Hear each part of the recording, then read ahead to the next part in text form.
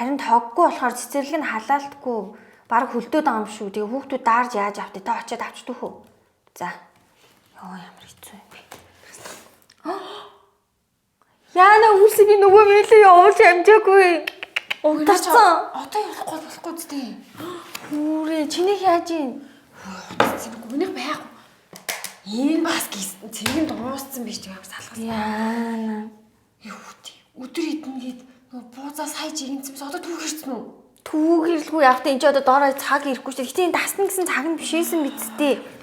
Амжаад юм хумаа залгачихгүй салгалсан юм аа. Одоо тэгээ харихтаа яаж 14 давхарлаа буух юм бэ? Юу буух? Би нөгөө жижигнийгээ өргөд яаж 12-ын дэш өгсөн үү? Яна нэр тийш тий. Наад ч юм бол бүр амар асуудал юм. Жигнэг хэдгээр зуунд амьдраад байгаа юм бэ? Одоо бараг тог ирүүл баярлж маярлаад байгаа юм шүү.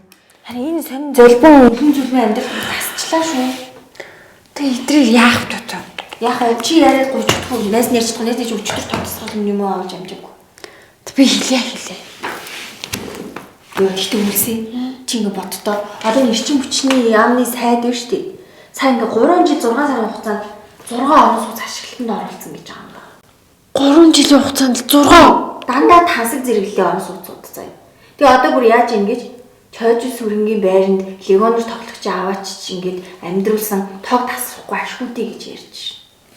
Юу гэсэн үг юм бэ? Тэр хүн ч одоо үнцэн ажлыг хийхгүй үе ажиллаа хийх гэж төрд орд юм ээ шин. Тэгснээ бүр ингэж 42 компаниг 100% эзэмшдэг заяа. Тэгснээ хөрөнгө оруулалтын мэдээлэл дээр монголчуудыг доромжилж байгаа юм шиг машингүй гэх мэдээлэл. Яг хиний өртөө юм шиг монголчууд эсвэл харин тийм. Урд наснда. Тэгээ бүр гайгүй заяа. Одоо ингэж цахилгаан станцуудыг ингэж пиа барьяа гэх ингэ үе үеийн бүх сайдууд ингэ гацаадаг.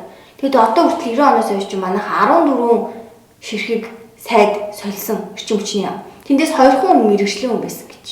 2 хүн л 2 хүн. Тэгээ нэг жоохон эрчим хүч чи ийм бишээ, суурин дээр ийм бишээ гэд эрчим хүчний салбарын инженерүүд нь дуурахаар шоронд хийгээ зовоогоод идэг гэдэг зөвлөг инженер нь ярьж ийлээ ш. Юу юм бэ? Харин тийм. Тийм чи ард ирээд л хохирж байгаа үсттэй. Гүтгий бүр амар сонь. Тэгсэн чи чойжил сүрэнгийн сая засгийн газрын хуралдаанаар мэддэг хэлж би одоо травматай болж юм. Нөгөө ингээ нэг юм хөгжилтэй юм яриад сэвчгээ монголчууд тэр чигээр итгээд нөгөө ингээ маадраа явуулчихдгийг бүр ашиглаад сурцсан.